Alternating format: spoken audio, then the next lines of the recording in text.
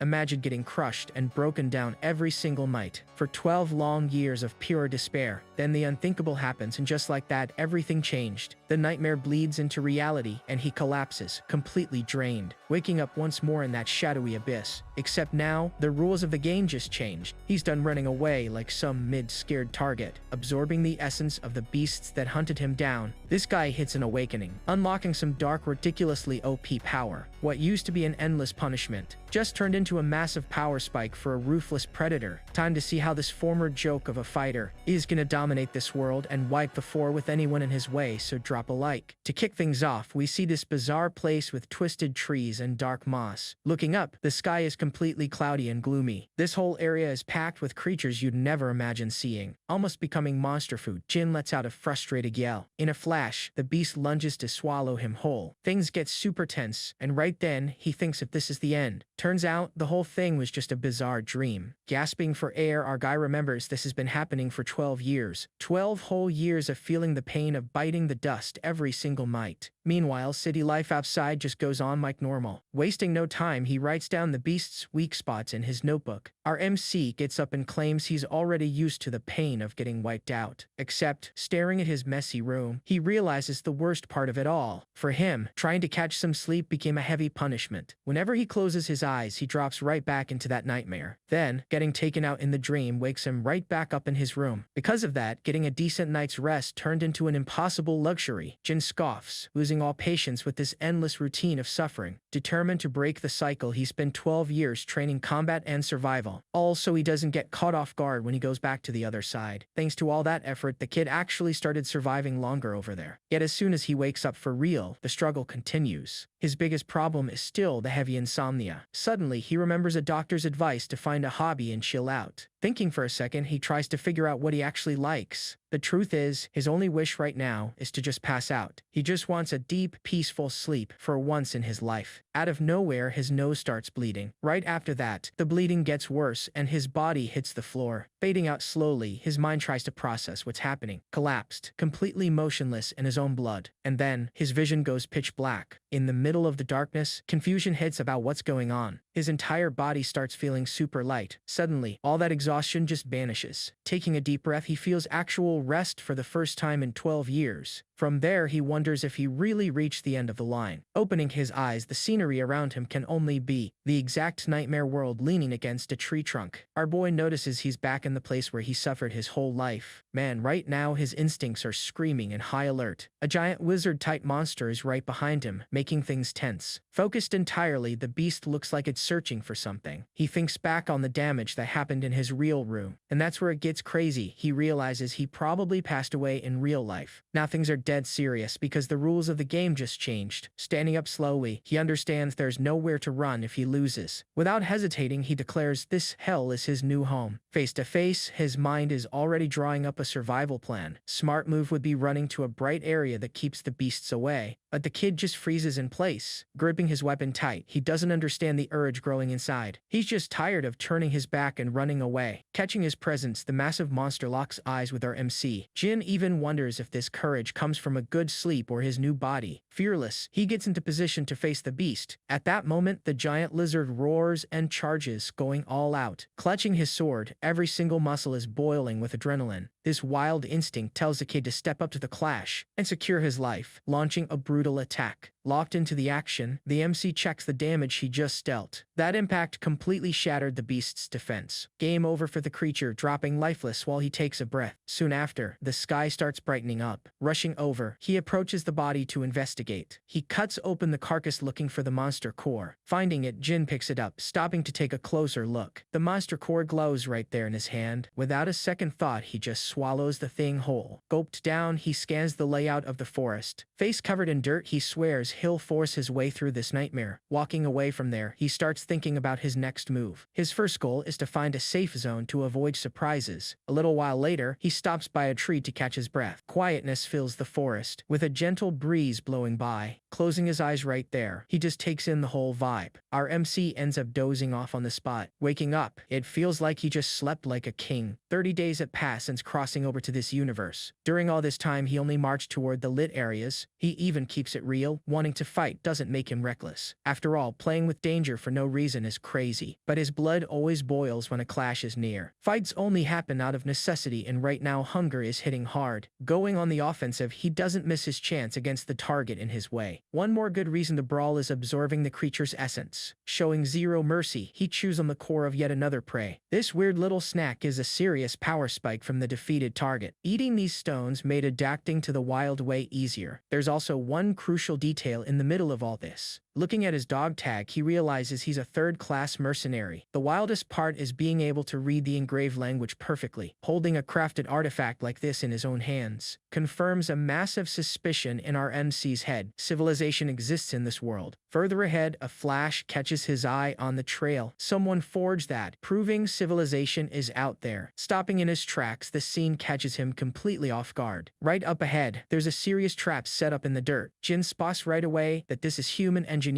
And this is where it gets good. The natural conclusion to all this. Contact with other people is about to go down. He sprints toward the flash. Stepping out of the dark woods, he runs right into a cabin. Stunned, the kid can't believe his eyes. Wasting no time, he knocks right on the door. Calling out to check for anyone and getting no answer, he just walks right in. Inside, an old book is resting on the table. Jin grabs the thing and studies the cover carefully. Reading the title, he asks, "Chronicles of the Demon Realm?" That catches the boy way off guard. After all, the whole history and rules of the place are right there in those pages. It hits him that he really needs this journal to survive. Right then, the wooden door gives a loud creak. A hooded guy shows up asking who he is. Aiming a crossbow, the guy threatens to fire if he doesn't answer. Deep down, the MC is happy to see people, but thinks there's a mix-up. Raising his hands, he explains he only checked out the isolated cabin out of curiosity. But the old man is harsh, telling him to bounce because they have nothing to talk about. Jin agrees peacefully, pretending he's gonna leave. Before heading out, he puts his hand over the cover. With zero shame, he asks to borrow the thing and even offers payment. The old-timer glares back and fires. "What if I say no?" Truth is, the kid needs that manual to avoid getting wiped out in this world. Hand glued to his sword, the decision is pretty much made. He might have to act like a real mugger. Both get into a fighting stance, locking eyes. Loading up the crossbow, the tension is through the roof. Without knowing the old man's strength, the boy is sure he won't lose here. Silence takes over the room for a few tense seconds. Soon the hunter breaks the ice with a smirk. Admitting no thief asks to read. The old-timer introduces himself as Hector. Jin notices things cool down and drops his own name, Kim Woo-jin. To make things easier, the MC asks to just go by his nickname. The host warns the book stays there, but lets the kid read it in the cabin. But of course there's a price, demanding help with chores in exchange for the favor. Thanks to that, our boy earns a temporary roof over his head, spending the night right there, settling into the house. He realizes the owner is rough around the edges, but has a good heart and offers some grub. Man, emotions hit hard seeing a warm soup after so long. Tasting the food, he even thinks the old man is an angel. Getting ready to leave, the old-timer gets asked by our MC where he's heading. Hector replies he's on a revenge mission against a terrible beast. Seeing a strong guy like that sweating cold makes our kid a bit suspicious. The target is clearly built different, and he just watches the old-timer walk away. Alone in the house, he dives deep into reading the chronicles. The book explains the whole mess started back in the Northern Empire, all thanks to a greedy king who opened a gate to another world. Rumor has it, this rift hid the truth of the universe and some cracked power, but that's where the end of the world truly began. From inside, a horde of monstrous beasts leaked out. 9 years was all it took for the northern region to become a demonic paradise. Trying to survive, humanity formed the Alliance of Order and built walls. Closing the book, the kid's head is spinning with info. He gets that the knowledge here is pure gold, however. Logic kicks in. The further from the darkness, the weaker the creatures get. Outside, Hector is running like a madman through the trees heading back home. Jin has no idea the dangerous hole he fell into at the start. Gasping for air, the hunter slows his pace, exhausted. And that's where it gets crazy. A whole pack of wolves surrounds the old-timer. Sweating cold, he raises his weapon, shaking with tension. With giant beasts inching closer, ready to end him on the spot. In a swift move, he turns quickly and gets in position to attack. instantly firing a rain of arrows everywhere. But the monster leading the pack tanks the arrows like it's nothing. Hector curses, seeing that the attack didn't even scratch it. In a flash, he goes back to running toward the cabin. Hearing the noise, our MC steps out of the cabin already holding his sword. The old man yells at the kid to run away and save his own skin. However, the boy ignores the warning and charges to face the beasts. The old-timer is in sheer disbelief, thinking the kid is running straight to his doom. Our MC locks his gaze on the monster in front of him. In a quick motion, he jumps toward his first target. Already midair, gripping his sword tight, ready to strike, the big wolf comes down, driving a heavy attack right into the beast. The impact is so heavy, it tears the creature in half like paper, just slicing it from top to bottom, finishing the job. With that, the body drops hard and the rest of the pack backs away scared. One of the beasts, looking like a creepy fox, growls defensively. Hector's jaw drops, unable to believe the wild stunt he just witnessed. Staring at the monster's remains, his mind freezes. Was that just one hit? Playing it cool, our boy calls out to the old-timer, who was still in shock. Face covered in the messy aftermath, he asks if that beast was strong. The hunter doesn't even know what to reply, shocked by the weird question. Stuttering a bit, he confirms the beast was wildly dangerous. He just nods, acting with some otherworldly coldness, already turning to the rest of the pack to finish the job. The wolves prep to charge all at once. Weighing the risks, there's 40 beasts, so one mistake could mean game over. To end this quick, the tactic is taking down the leader and breaking their spirit. Jin sharpens his stance to put this messy plan into action. He soon spots the perfect target, the giant alpha right on the front line, ready to strike at any moment, already locking on to the alpha. The beast tries to intimidate, glaring with a brutal rage, but MC doesn't back down and throws a heavy glare that gives chills. That makes the creature freeze right in its tracks. Lacking the guts for a fight, the creature starts taking steps back. Right after, it turns its back and bails, leaving the group lost. Panic takes over the whole pack, seeing the boss running from the fight. That weird fox lets out a desperate cry and bolts. Following the lead, the entire pack scrambles terrified into the forest. Our MC just stands there chilling, watching the enemy squad vanish into the horizon. Shocked, the old-timer can't believe those savage beasts backed off like that. Our MC cracks a smile, finding the pack leader actually pretty smart. At least the creature had the common sense to run instead of getting wiped out. A few hours later, night falls over the cabin. Hector mentions the bounty for that monster hits 40 gold coins. Having 0 sense of value, the kid asks if that's a lot of cash, and the old man confirms. That leaves him speechless, since taking down the beast was super easy. But then his brain works fast, calculating the profits of this whole deal. With a smirk on his face, realization hits him in the best way possible. If cash gets tight, he can just hunt more of these weak mobs and get rich. Honestly, surviving in this place is gonna be a total walk in the park. Stepping outside, the hunter gathered all the useful loot from the beast. Hands over the leather, along with some jerky, silver coins, and a local map. The old-timer points at Pioneer Village on the map, telling him to look for a guy named Jacob. According to him, this guy would pay a fair price for the intact pelt. He tries to turn down such a huge payout, but the guy insists it's a fair trade. Reaching out his hand, Hector reminds him his true goal was only revenge. Sincerely, our kid says thanks and hopes they cross paths again someday. They share a solid, respectful handshake. Locks eyes with him, showing real gratitude for the backup. By the break of dawn the next day, standing at the door, the hunter just watches him walk off until he vanishes into the woods. Unbothered, our hero pushes forward with the heavy load, while the hunter watches his silhouette fade into the woods. Shortly after, a creeping feeling of being watched triggers his spider sense. That same creepy fox is eyeing him down from top of a rock. The massive wolf is also prowling nearby, growling and tracking his every move. Ignoring his unwanted escorts, Jin finally makes it to the famous Pioneer Village. Right off the bat, he scopes out the wooden structure at the entrance. He spots immediately that the place is packed, catching a suspicious glare from a guard. Walking through the streets, the kid feels the heavy stares from the locals judging him. The whole crowd glares at the outsider with pure distrust. At first, he thinks it's just prejudice, but then he catches the overall tense vibe.